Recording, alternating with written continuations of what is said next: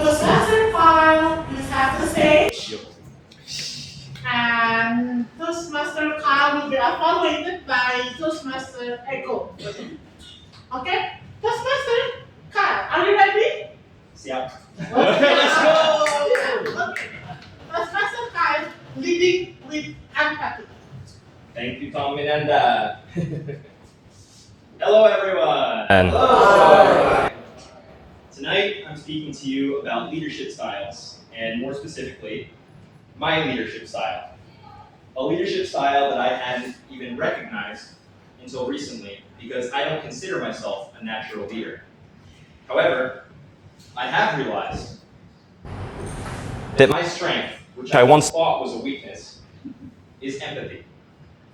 Now, to explain empathy and how it relates to me as a leader accurately, I'm going to talk about the dichotomy of introverts and extroverts.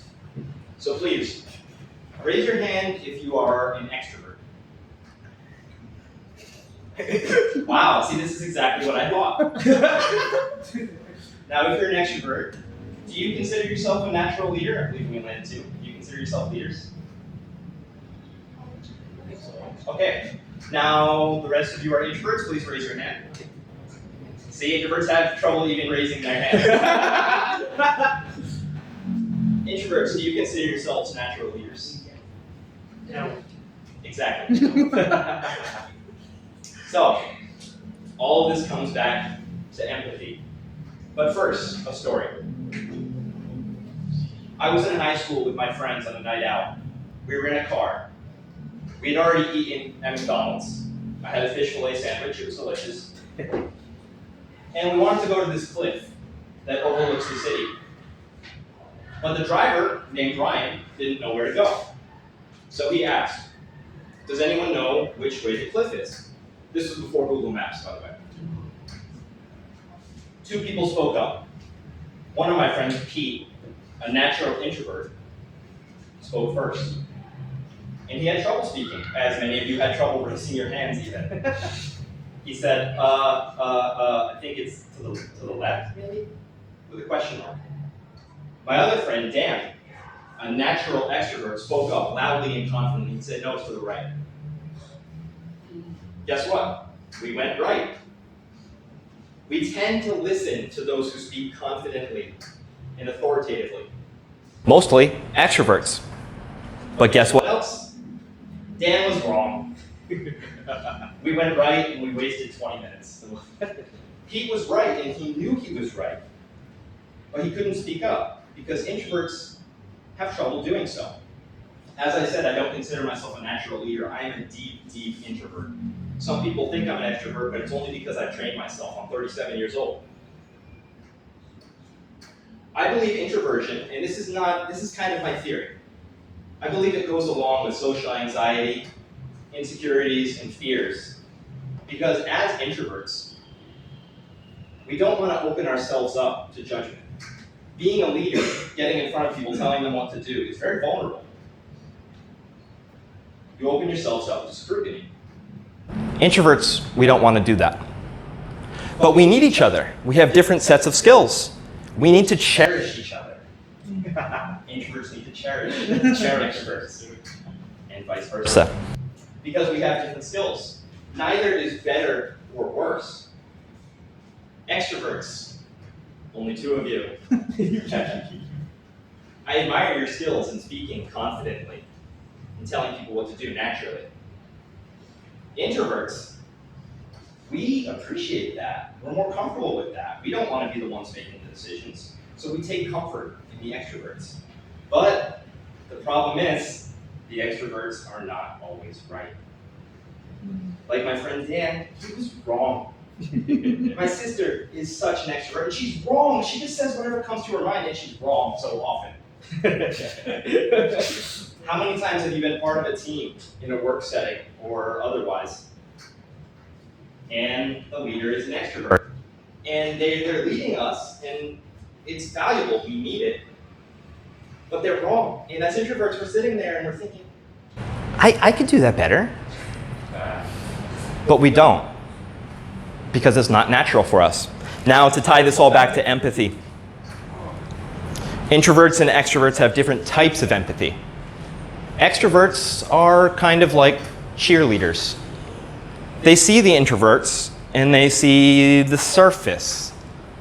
They see whether the introverts are feeling confident or not, or living up to their standards or not, and they encourage them to be better. Introverts are different. We sit there, and while the extroverts are leading us, we sit there quietly and observe everything. And we don't speak up, but we're analyzing and we're seeing things. And these types of empathy are different, but as an introvert who's been a follower most of my life, I believe I've been able to develop a sense of intuition. I can see people's body language and expressions. I can kind of get in their heads. This is backed up by science. There's an excellent study, I encourage you to look into it, by Aziz Estetica.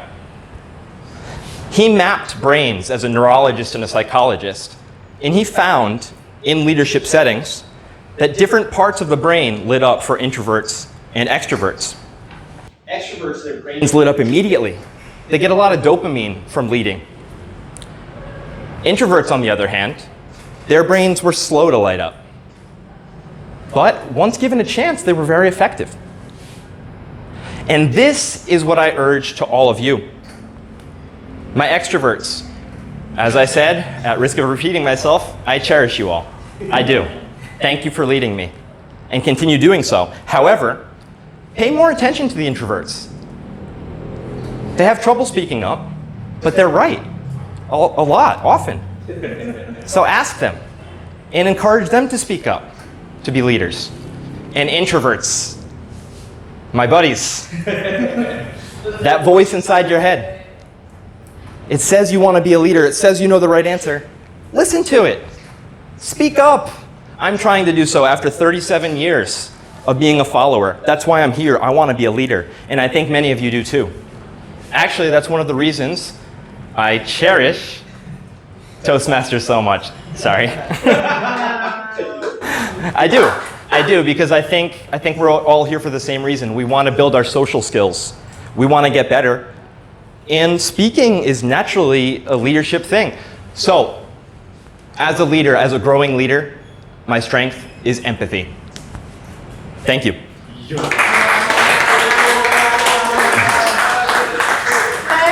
Toastmaster Kyle, leading with empathy. Different between extrovert and introvert. Cool. Thanks, bro. Actually, I'm an introvert. But someone said that, oh, that's a lie.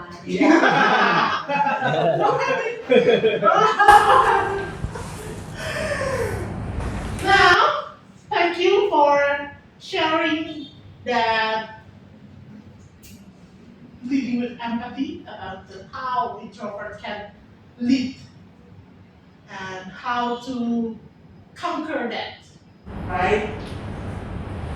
Being part of the Toastmaster is the one step. Promotion is to be good leaders, right? Because in Toastmaster, it's not only for the public speaking. We have the leadership things. So when you are Toastmasters members, you will see in the website how the public speaking things and how the leadership. So you can do that one by one, or by public speaking or leadership, or by both the public speaking and the leadership together. Now, before we move to the evaluator, I'll ask our timer. The count speech, is it eligible in the 5 to 7 minutes? Members? On 7:13 seconds is eligible to be voted. Okay, 7:13 seconds, and it is eligible to be voted.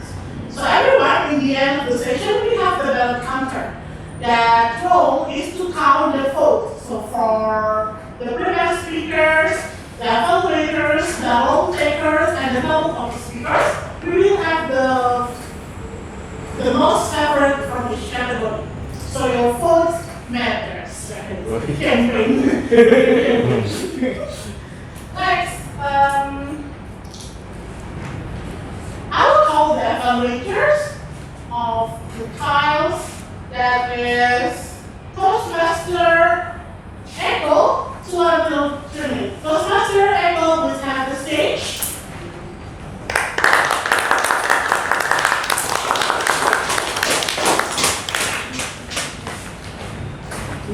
Are you ready? Toastmaster Echo. There's a guy called Chris Anderson. He's famous, but maybe you don't know him. Anybody know Chris Anderson?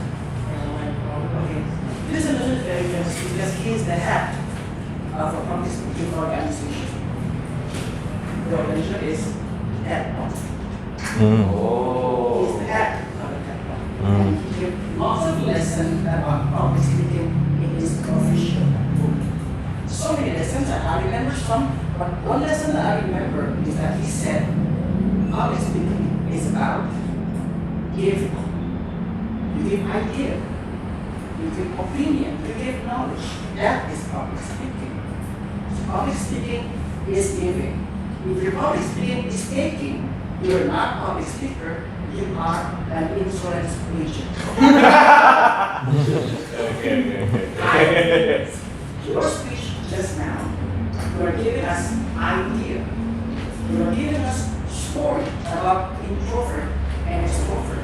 These characters, which is your friend. Because good story, they have 3 C's. Character, conflict, and change. You have the characters, your friend, your sister. And then you have the conflict in the car, and you have the change. You realize that we said what you call the weakness was actually your strength. So that's the good part of the speech. You were also interactive by asking the others who were introvert or extrovert. I'm introvert. Even if I look extrovert, I just pretend. I'm really good. And one suggestion I can give you for extrovert and introvert, maybe you could use more stage geography. This movement is not just speaking, it's not only about hands. So for extrovert, you can move to this side, show this side. Introvert, you can go to this side. To distinguish them. Extrovert, introvert. Overall, it's a very good speech. And also, I like the idea what you said, two contrasting word. In psychology, they call it contrasting fact. You said your weakness might become your strength. That's a good one. And the good study, that's also good. I believe that extrovert, they have the confidence and people thought they're smart. In psychology, they call it the Babel effect. Those who talk a lot, they're smart. Okay? So now, very good. Introvert, extrovert, slowly, but we will do on the stage. Thank you very much. Okay.